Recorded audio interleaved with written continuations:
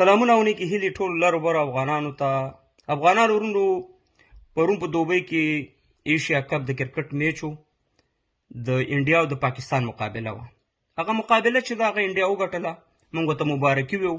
خو راځئ بعضې زموږ پښتانه ورونه ښکته په هغې باندې خفه دي چې ولې د افغانستان افغانانو یا پښتنو انډیا ته مبارکي ورکړه. خو راځئ زه تاسو ته اول دغه ویډیو در باندې ګورم، بیا تاسو سره خبرې کوم.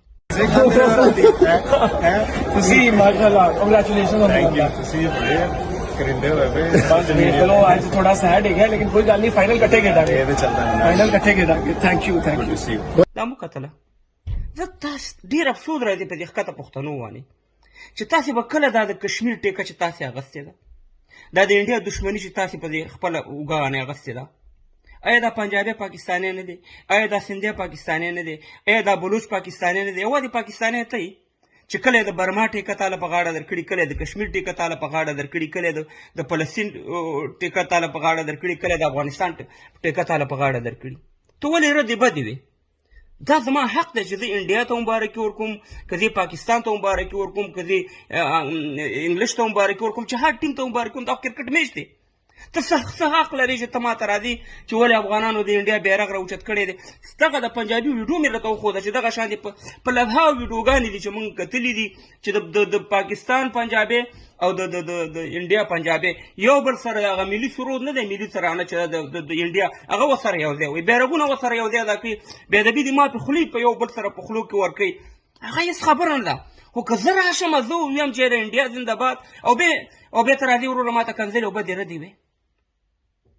اول انډیا ما سره تاریخي دوست تیر شوی، انډیا زموږ تاریخي دوست دی. انډیا هېڅ کله موږ سره بد نه دي کړي، او څومره بد چې موږ سره پاکستان کړي هغه موږ سره نه امریکې او نه روس کړي دي.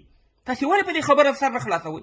تاسې څه حق لرئ چې تاسې راځئ زموږ افغانان پورې لګېږي چې ولې د انډیا سره ورو مبارکي ورکوئ او دغه ورکوئ. داسې وخت و چې موږ 99% افغانانو پاکستان به سپورټ کوو د انډیا په مقابل کې، چې کله به د پاکستان او د انډیا میچ و نو موږ به ډېر توجه چې و هغه به موږ پاکستان ته ورکوله. ستاسې دپاره دغه زموږ افغانانو چې په پېښور کې اوسېده یا په نور پاکستان کې د جشن ازادۍ جامې به د پاکستان د بیرغ نه کولې. خو موږ ته معلومات نه و، زموږ ځوانانو ته معلومات نه و. ولې دا خلک بدل شو؟ آیا چټي په چټي دښمني راواغسته؟ خو څه خو یې وکاته پاکستان کې چې پاکستان هم د اسلام دښمن دی، هم د افغانانو دښمن دی، هم زما د وطن د بربادۍ دښمن دی، هم د لرو برو افغانانو دښمن دی. نو تاسې وروره مهرباني وکئ، مه موږ ته بد رد ویوئ. که دومره تکړه سئ راشئ دغه پنجابیانو ته چې د انډیا ته مبارکي ورکړي. دغه پنجابیان وکتو د هغې بیرغونه یو بل سره لګوي، ښځې یو بل سره هلک او جلۍ سره یو بل سره خولې ورکوي، د هغې ملي سرود ته پاڅېږي، هغه ته احترام لري.